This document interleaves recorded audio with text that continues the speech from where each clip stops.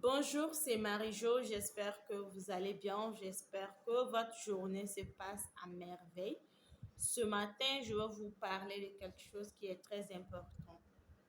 Voilà, je vais vous parler un peu de mes rêves à moi et des personnes qui ont aussi des rêves, mais qui ont du mal à pouvoir les réaliser. Je peux dire que pour le moment, je suis à mes débuts.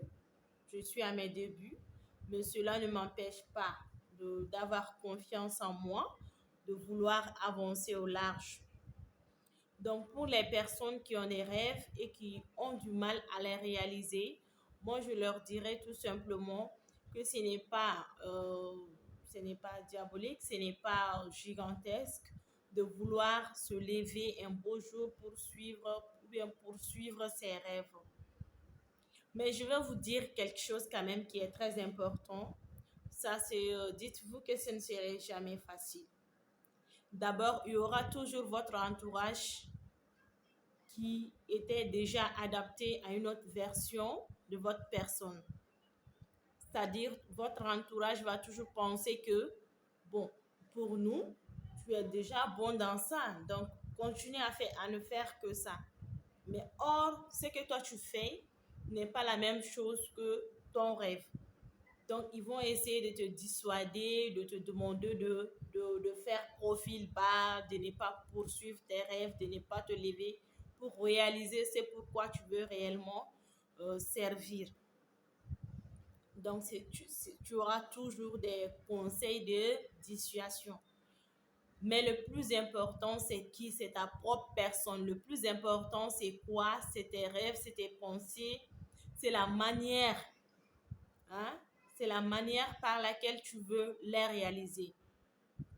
Ce que je veux te dire avant de commencer, c'est qu'il faut toujours croire d'abord en soi, à ce que tu ressens, ce que tu veux faire. Et lorsque tu arrives à réunir ces trois solutions, ces trois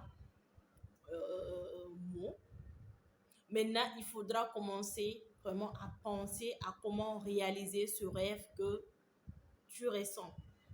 Avant de continuer, je vais quand même te partager une petite expérience. Moi, j'ai étudié l'école des infirmières obstétriciennes et qui avait pour objectif de me laisser aller travailler en tant qu'accoucheuse avec les sages-femmes, les gynécologues, les médecins, vous savez. Et c'est ce que j'ai fait. Après les études, j'ai intégré la fonction publique. Donc, avec la fonction publique, on peut se dire déjà qu'on est à l'abri, hein, du manque de travail, qu'on a déjà un job. Pourquoi aller chercher encore ailleurs? Pourquoi vouloir faire autre chose? Mais il se trouve que le métier d'infirmière ou bien le métier d'accoucheuse et tout, c'était aussi, ça faisait partie peut-être de mon parcours, de ce qu'on m'a proposé. Mais je peux dire que moi, mon rêve, c'était tout autre. Je m'explique. Ce rêve n'était autre que un jour être journaliste, présentatrice de télé, en tout cas à travers mon passage que les gens puissent être vraiment, hein, édifiés. Maintenant, j'étais vraiment comme coincée entre, hein, ce pourquoi on m'a envoyé et mon rêve personnel. Donc, du coup, qu'est-ce que j'ai eu à faire?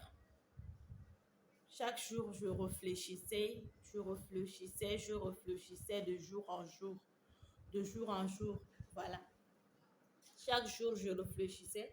Et par la fin, la solution que j'ai eu à trouver d'abord, parce que à chaque fois que je dis que je vais quitter la fonction publique, ça choque mon entourage, ça choque mes collègues, ça choque même mes chefs hiérarchiques.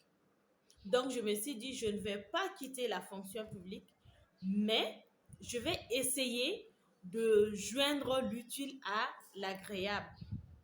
J'ai des rêves. Maintenant, comment est-ce que ce rêve-là peut être exercé au sein de la fonction publique, au sein de mon travail?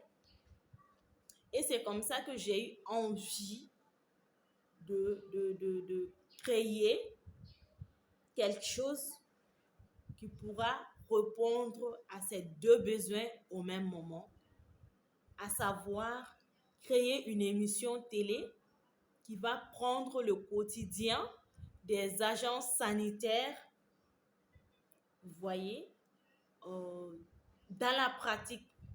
Nous n'aurons pas à répéter des scènes ni rien, mais le caméraman ne va s'éteindre, il va tourner H24.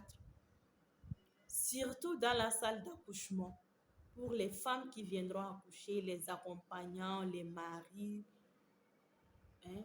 Donc, ce serait une émission vraiment énorme, une émission grandiose, une émission vraiment formidable. Mais nous allons garder secret l'identité de nos parturientes. Je ne sais pas si vous avez déjà vu à la télé, il y a une émission qui passait sur Canal, les chaînes Canal, qu'on appelle l'émission Baby Boom.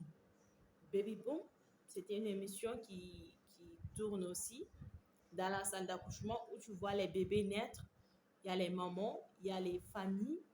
Donc, pendant cette période d'accouchement, comment est-ce que les maris vivent ça? Comment est-ce que les belles mamans vivent ça? Comment est-ce que les médecins vivent ça? Comment est-ce que la femme même, elle-même vit ça? Donc, ce serait une émission vraiment fantastique, merveilleuse, qui va vraiment tourner H24. Les caméras ne vont pas s'éteindre. Mais, qu'est-ce que... voilà. L'utilité, ce serait juste de faire connaître aussi comment est-ce que la femme africaine, la femme malienne aussi est brave et courageuse. Hein? Lorsqu'on essaie de comparer ce qu'elles font, ce qu'elles endurent pendant ce moment de douleur et tout, hein, à d'autres femmes de d'autres continents, tu trouveras que la femme africaine est beaucoup plus vraiment endurante. Vous voyez? Donc, c'est l'émission, c'est la solution que moi j'ai eue, c'est le déclic qui m'a poussé, c'est l'idée qui m'a vraiment poussé à vouloir me lever, à aller voir d'abord les personnes qui pourront m'aider, mes chefs hiérarchiques et tout le monde afin de pouvoir réaliser ce rêve. Un rêve qui ne va pas briser mon ancienne personne, la personne que j'étais, mais qui va me permettre de jongler les deux. Donc, nul aura absolument à se plaindre. Mon entourage sera épanoui et ma personne se dirait, j'ai pu bien faire quelque chose pour mon entourage. Mais je pense que je suis en train de faire aussi pour toute la communauté malienne, africaine et même mondiale. Voilà, donc c'était un petit partage matinal, hein, pour vous. Et je vous encourage, je vous demande de continuer. Lorsque vous avez un rêve, ne vous endormez pas avec, ne vous découragez pas. N'ayez pas peur d'avancer, avancez au large, ayez confiance en vous, ayez confiance à vos rêves. Vous allez voir, c'est là où elle va vous amener. Donc, c'était ce petit conseil que je voulais vous donner ce matin. On se dit à très bientôt. Votre coach matinal, votre coach d'amour, votre coach de vie, Marraine Marie-Jo, ou bien la coach Marie-Jo, c'est comme vous voulez. On se reprend un autre moment pour d'autres temps de partage. À très bientôt.